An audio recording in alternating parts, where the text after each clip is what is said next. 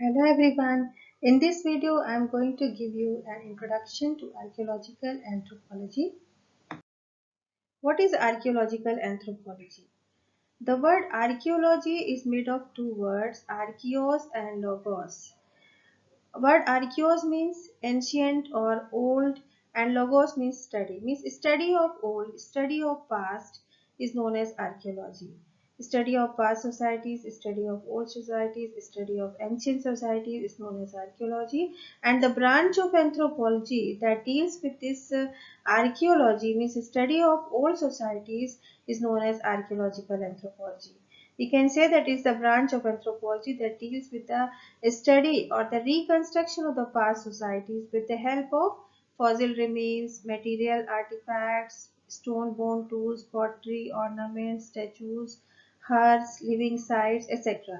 तो इस बेसिस पर मतलब हमको जो भी खुदाई में मटेरियल रिमेन्स मिले हैं मीन्स टूल्स मिले हैं, स्टोन आर्टिफैक्ट्स मिले हैं और पॉटरी मिली है और लिविंग साइट्स कुछ खुदाई में मिले हैं, फॉसिल रिमेन्स मिले मीन्स अर्ली ह्यूमन बींग्स के फॉसिल रिमेन्स मिले हैं, उनकी बोन्स और तमाम उनके फॉसिल से मतलब उनकी बॉडी से जुड़े हुए तमाम स्ट्रक्चर्स मिले हैं। तो ये सारा कुछ जो भी हमें खुदाई में मिला है वो फॉसिल रिमेन्स भी हो सकता है, मटेरियल आर्टिफैक्ट्स हो सकते हैं जिसमें कि टूल्स, पॉटरी और हार्ट्स आते हैं और लिविंग साइट्स आते हैं। तो ये सारा कुछ जो है हम स्टडी करते हैं आर्कियोलॉजिकल एंथ्रोपोलॉजी में और इससे हमें पता चलता है कि ओल्ड सोसाइटीज़ कैसी थी, उनका कल्चर कैसा था और वो सिंपल से कॉम्प्लेक्स कैसे इवॉल्व किए। मीन्स अर्ली जो स्टडी मतलब अर्ली जो स्टेज थी कल्चरल, जैसे पैलोलिथिक स्टेज थी और पैलोलिथिक से फिर मीसोलिथिक या नियोलिथिक और ब्रॉन्ज एज आयरन एज आते आते इस कैसे इवॉल्व किया कॉम्प्लेक्स सोसाइटीज़ की तरफ simple societies to complex societies. उनकी अर्ली इकोनॉमी जो फूड हंटिंग गैदरिंग इकोनॉमी थी एंड देन वो एग्रीकल्चर की तरफ इवॉल्व हुए। तो ये सारा कुछ हम स्टडी करते हैं आर्कियोलॉजिकल एंथ्रोपोलॉजी में। तो उनकी लाइफ स्टाइल, उनका कल्चर और how the culture evolve from simple to complex और वो कैसे रहते थे, कैसे वर्शिप करते थे, उनकी जो लिविंग स्टाइल कैसी थी, उनका लैंग्वेज वो मीन्स अगर कुछ बोलते थे तो क्या बोलते थे, ये सारा कुछ हम स्टडी करते हैं आर्कियोलॉजिकल एंथ्रोपोलॉजी में। Branches of archaeological anthropology, and there are three branches of archaeological anthropology. First is prehistoric archaeological anthropology, second is protohistoric, and third is classical archaeological anthropology. Archaeological anthropology की तीन branches है, prehistoric, protohistoric and classical. और इस basis पर है कि prehistoric वो branch archaeological anthropology की है जिसमें कि before history means we study about the past, we study about the culture and society of the past societies on the basis of material remains, material artifacts or fossil remains। क्योंकि हमारे पास यहाँ पर written documents नहीं है। Before history means no written documents. There is a lack of written documents, and that part of culture which we study on the basis of material artifacts or fossil remains, because we have no written जो writing का invention नहीं हुआ था, written documents हमारे पास proofs नहीं है और इसीलिए इस basis पर हम study करते हैं कि सिर्फ material artifacts जो खुदाई में मिले या जो फॉसिल रिमेन्स मिले उन्हीं के आधार पर जब हम डेटा कलेक्ट करते हैं, इंफॉर्मेशन कलेक्ट करते हैं, उस बेसिस पर हम किसी कंक्लूजन में पहुंचते हैं कि अर्ली सोसाइटीज़ हमारी कैसी थी। तो इसीलिए इसको हम प्री हिस्टोरिक आर्कियोलॉजिकल एंथ्रोपोलॉजी कहते हैं।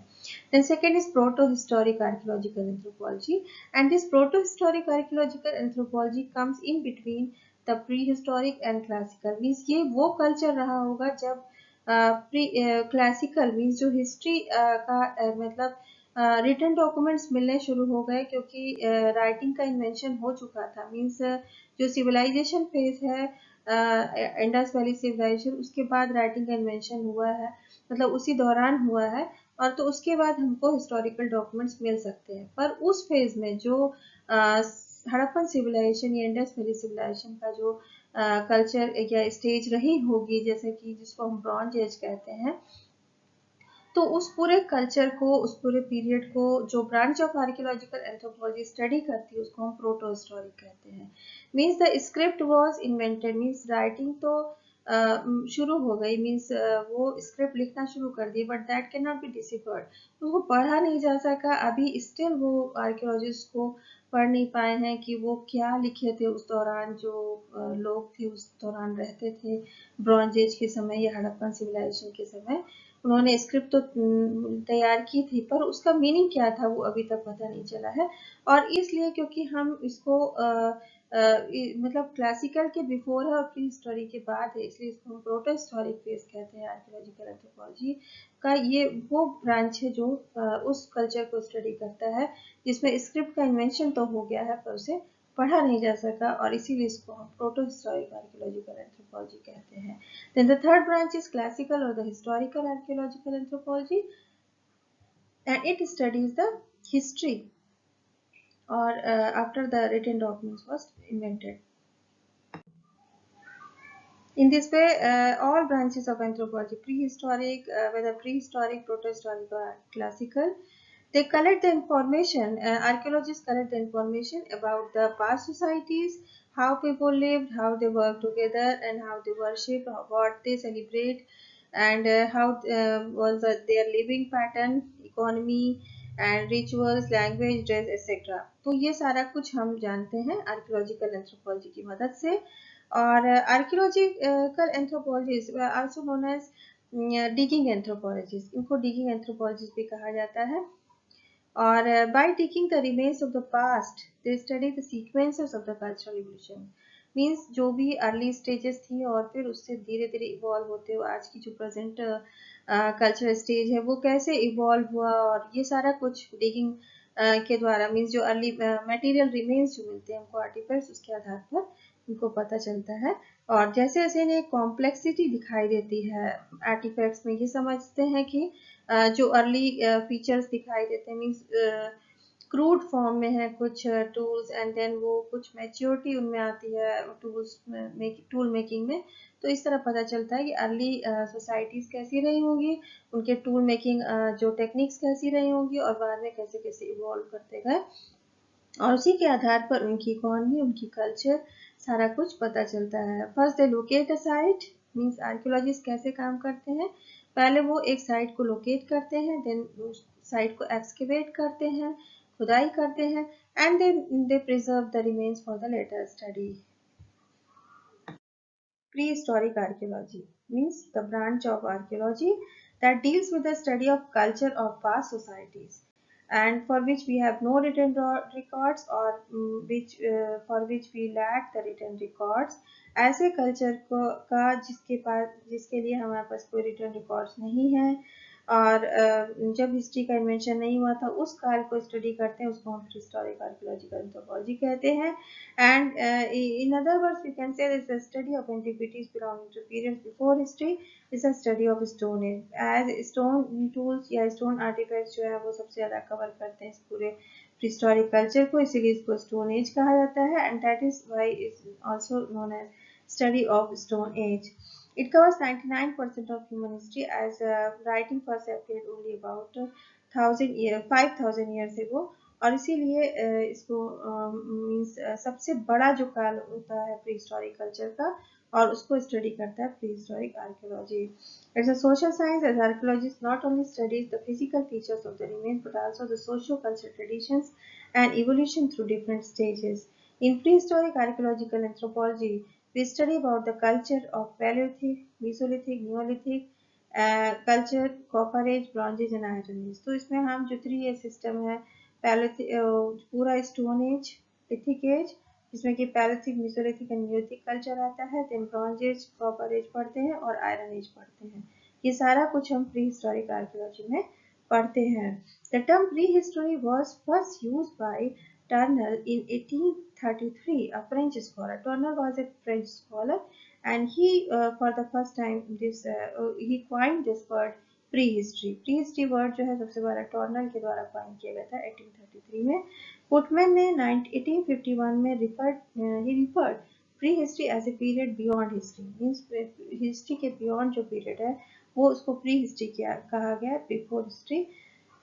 And then Marcel de Serres in 1853 proposed the term paleontology. Paleontology is the study of fossil remains. तो ये जो paleontology term था ये propose किया गया था मार्सेल de Serres के द्वारा 1853 में. Protohistoric archaeology. What is protohistoric archaeology? It's a branch of archaeology that studies the culture between prehistory and history, or we can say it studies the culture just before history when writing was invented but can't be deciphered, or it is the branch of archaeology that studies the period prior to the emergence of writing or recorded history.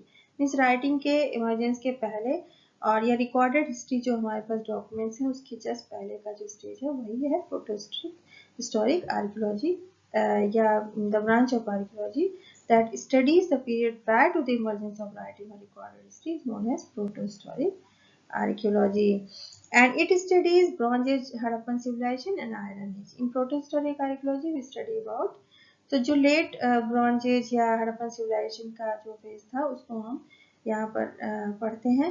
Early bronze age हम prehistoric culture में पढ़ लेते हैं, लेकिन जो late या middle phase और late phase था हड़प्पन सिविलाइजेशन का या पूरा ही हड़प्पन सिविलाइजेशन और आयरन एज हम प्रोटोहिस्टोरिक आर्कियोलॉजी में पढ़ते हैं. देन क्लासिकल आर्कियोलॉजी आता है. क्लासिकल या हिस्टोरिकल आर्कियोलॉजी होता है and it studies the literate civilisations of the past. Means like the civilizations of the ancient Greece and Rome की civilizations को पढ़ता है, and in the Mediterranean region on the basis of remaining material and artifact evidences. It studies ancient village and city structures of early civilizations. It also studies the ancient civilizations of Near East like Mesopotamia, Egypt and Syria. तो जो literate civilisation थी ancient Greece and रोम की उसको तो ये पढ़ते हैं, पर ये जो कुछ नियर ईस्ट की एंशियंट सिविलाइजेशन जिसमें मेसोपोटामिया की, इजिप्ट और सीरिया की जो और अर्ली सिविलाइजेशन थी, जो फर्स्ट सिविलाइजेशन कहा जा सकता है या ओल्डेस्ट सिविलाइजेशन मेसोपोटामिया इजिप्ट की, इनको भी हम क्लासिकल और हिस्टोरिकल आर्कियोलॉजी में पढ़ते हैं.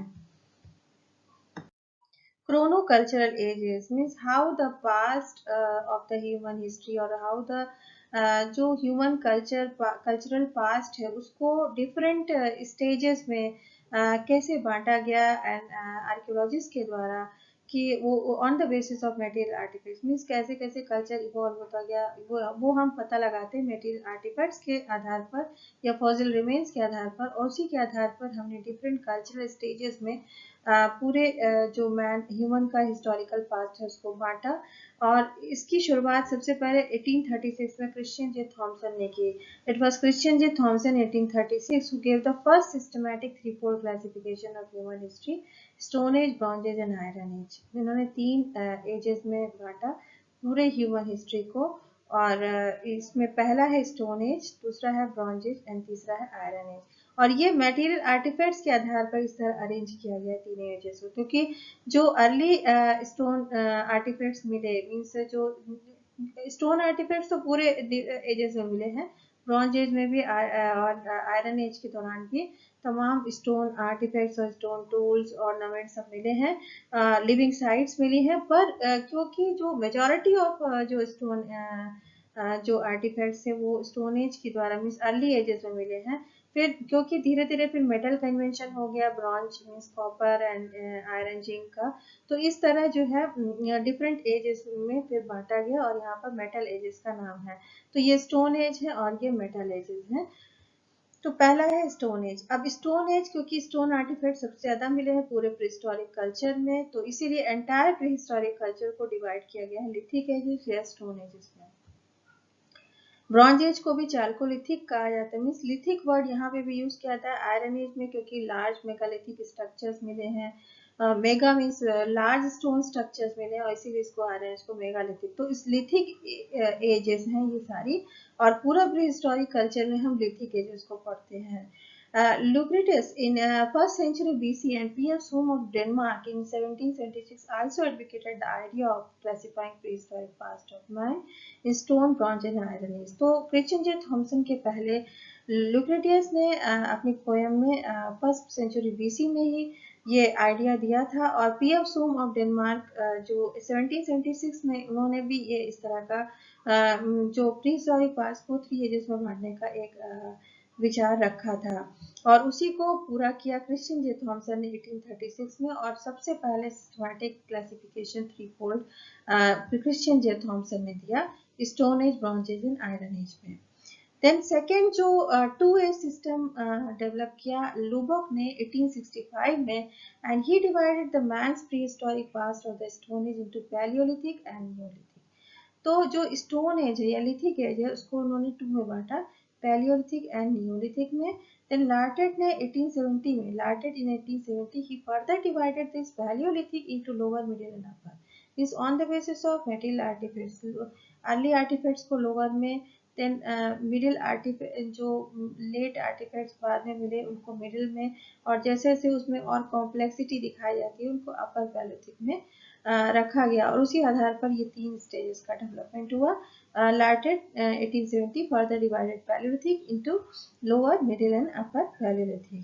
देन यहाँ पर पैलियोलिथिक एंड नियोलिथिक कल्चर तो था, पर मीसोलिथिक एक इनके बीच में एक गैप था, और उस गैप को स्टडी करने के लिए मीसोलिथिक एज का इंट्रोडक्शन हुआ बाय हॉडर वेस्ट्रॉप इन 1877।